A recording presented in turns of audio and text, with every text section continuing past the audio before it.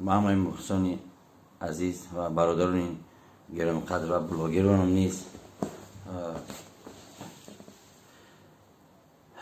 چی گفتنی دارم. چه خیلی که در صحبت منصور نعمتوف بسیار یک صحبت خوب کردم با سایمرو دولتوف اکه دیلوار جان بسیار سخنه خوب میگن. من بلاگرها من میتونن اینو تاجیکستان آباد کنن، میتونن ما تاجیکا جمع کنن.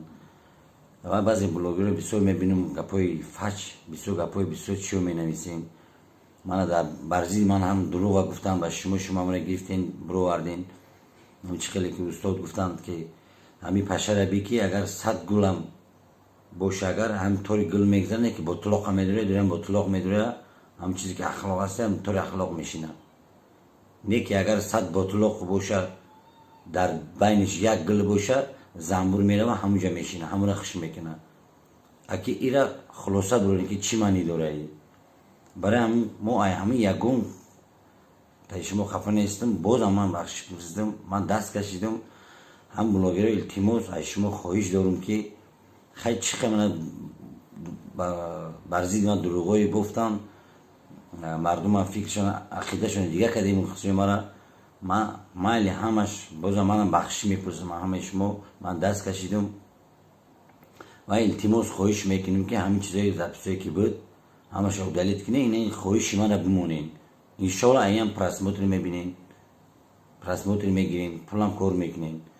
اگر که مثال که شما بگید نه من برادر هستم، من نسبت شما چیزی گپ ندارم، شما میدونید که در سایت شما چیزی شما را کسی بروره شما میتونید سایت رو محکم کنین.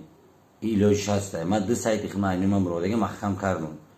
ای شما خواهش میکنم با خوبی با برادری التماسی که بین ما دیگر هم خیلی برادری بمونه، همین چرا دیگه چرا کار کنین، من چیزی نو بمونین. ان شاء الله ما با هم برادر هستیم میمونیم و چیزی خوب بروریم که در خدمت یکدیگر باشین. شما گفتین که خدا بترسی ای بازی دست کش، شما خدا بترسی همین چرا کور کنین.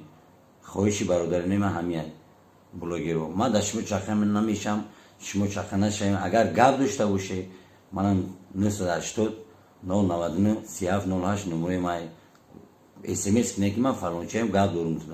من در خدمت شما من گپ پراموی قطعی خطون گپ میزنم. خواهش میکنم همین چیزا رو کور کنین اگر ایمان داشته باشین. اینمی بخشی پرسیم من بمونین. هر یک نکنین اگر من جلب مینیستم من محکم میکنم کنم را. التماس برادری ما تو خیلی بمونه. زنده باشه، خدا نگهبان باشه، خداوند همه ما را هدایت کنه.